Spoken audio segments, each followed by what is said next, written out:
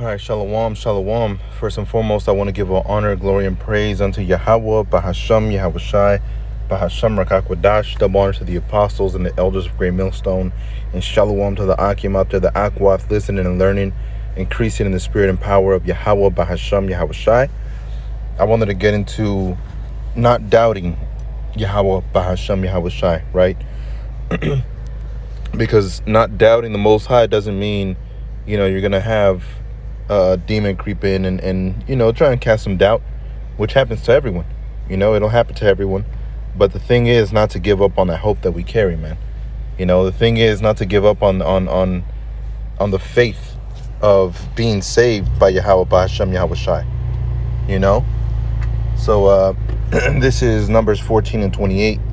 Say unto them, as truly as I live, saith Yahweh, as ye have spoken. It's a lock. It says, say unto them, as truly as I live, saith Yahweh, as ye have spoken in mine ears, so will I do to you. All right.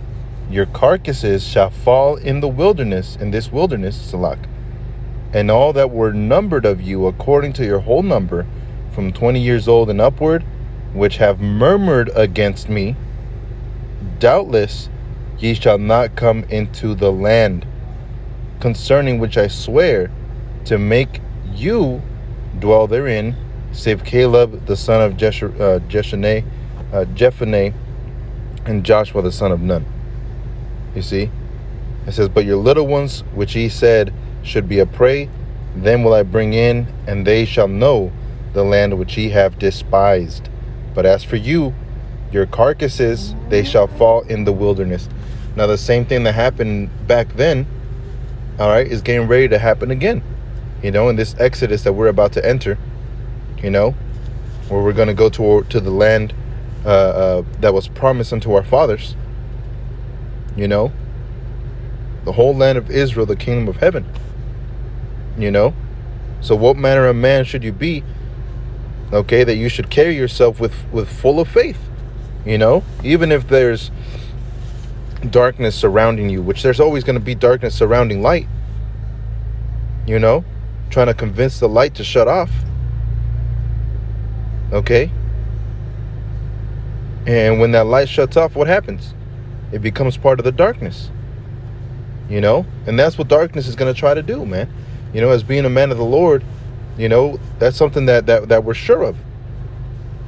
Whatever the stumbling block that is placed in front of you may be, you always have to continue in the state of mind that Yahweh, Bahasham, Yahweh Shai is your savior. Regardless what you think of yourself, because the mind is a weak thing. It's a fragile, weak thing. And that's why we need Yahweh, Bahasham, Yahweh Shai to constantly stay prayed, to constantly stay in that spirit. Why? Because they're the ones that are going to strengthen our minds. Like it says in Isaiah 33.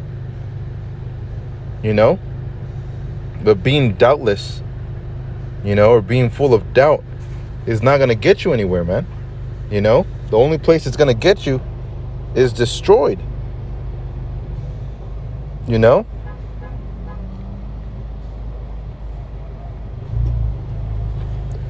I'll get to this one in a minute. All right, because this applies to the women as well. We mostly talk about the men. We mostly talk about the men because those are the leaders of Israel. The men are. But this applies for the women too. Some women, all right, might go through all the hell in the world, before they get that salvation. Okay, because they didn't have a man in their life, or whatever the case is that the Most High has placed upon the spirit of the person. So in Mark chapter 2 and verse 5, it says, when Yahweh Shai, so let me start up here. It says, Mark 2 and 2, and straightway many were gathered together, insomuch that there was no room to receive them, no, not as much as about the door. But he preached the word unto them. And they came unto him, bringing one sick of palsy, which was born afore. And when they could not come nigh unto him for the press, because there was a bunch of people, It says they uncovered the roof where he was. And when they had broken it up, they let down the bed wherein the sick of palsy lay. When Yahushua saw their faith, he said unto the sick of palsy, Son, thy sins be forgiven. But there were certain of the scribes sitting there, reasoning in their hearts, why did this man thus speak blasphemies? Who can forgive sins but the Most High only? Okay, and they doubted Yahushua, man, the Son of the Most High, the only begotten Son, okay, the first spirit ever created. Okay, that through Yahushua he created the world. Okay, he created the out of the void he created the world. He created the waters, the land. He created the animals, the people in it, and not just here on earth, but everything outside. Yahushua created through the blueprint of the Most High Yahweh. Okay, and here you have some simple ass dudes. Okay, thinking, who the hell is this guy to forgive sins? You know, not knowing the power placed upon Yahushua, man. And that's how a lot of these people are, man. You look at these other Israelite camps, they move without fear, man. You know, and I gotta calm my temper a little bit, but these guys move without fear. Okay, saying Yahushua never walked on water. Yahushua didn't do this. Yahushua didn't do that. You're talking about the prince of princes, man. Okay? Really a king of kings. Okay, under Yahweh. You're talking about the man that has spiritual power to create a universe given to him by his father, by our Father, the Most High, but you don't believe he walked on water. You know? You don't believe he cured a man that had palsy. You don't believe he cured a blind man. You know? You don't believe that he restored the ear of a Roman troop. You don't believe he was raised after the third day. You know? These are the leaders that Israel is choosing. You know? Just like in that time. In that time, you best believe you had a lot of these scribes, wicked scribes and wicked Pharisees, that were being followed around by people. And they were respected by those people. You know? But they don't know the Most High. They don't know Yahushua, man. You know? And that applies to us. You know, we have to continue our walk like we know who we're walking for. You know? If you know your house is one direction, all right? Like whenever you would get out of school and you knew your house was one direction, were you going to walk the opposite way? No, because that's in darkness, right? You don't know what's over there. You don't want to know what's over there. You want to go home. You know, and that's the walk that we should take as brothers, being in this truth. Walking toward our home, which is Yahweh and Yahushua and the kingdom of heaven. You know? The city of peace. We want peace. So we should be walking towards it. You know? And if there's a couple stumbles on the way, you know, as long as we don't fully turn back and absolutely leave the faith, you know, the Most High is looking at us, man. You know, you have to remember that the Most High is looking at your every move that you're making. And even though the Most High has everything planned out, he's still looking, man. You know, through the lenses of Yahushua, which through the lenses of Yahushua, we have mercy. You know? Even the Most High Yahweh had mercy on us, man. You know, he would let us know in the book of Ezekiel, it tells you how the Most High would look at us, you know, and say which one of you would receive your wife again after she was, you know, basically gone and been a harlot.